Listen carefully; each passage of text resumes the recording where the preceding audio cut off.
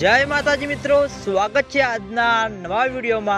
આજે તારીખ છે 1/8/2026 ને આજે બનાસકાંઠા જિલ્લામાં રેડ એલર્ટ વરસાદનું જાહેર કરવામાં આવ્યું છે અને બનાસકાંઠા જિલ્લામાં વરસાદી માહોલ જામી ગયો છે। મિત્રો હવે આપણે બનાસકાંઠા જિલ્લાના જીવાદોરી સમાન ગણાતા દાંતીવાડા ડેમ ઉપર એક નજર કરીએ તો કારણ કે મિત્રો 2 દિવસ બનાસકાંઠા જિલ્લામાં વરસાદ ધૂમ મચાવશે અને ભારેથી અતિ ભારે વરસાદ પડવાની શક્યતા છે। તેની સાથે આજે આપણે બનાસકાંઠા જિલ્લાના જીવાદોરી સમાન ગણાતા દાંતીવાડા ડેમ ઉપર એક નજર કરીએ તો હાલમાં દાંતીવાડા ડેમની સપાટી 570 ફૂટે છે અને દાંતીવાડા ડેમની ભયાનક સપાટી 604 ફૂટ છે।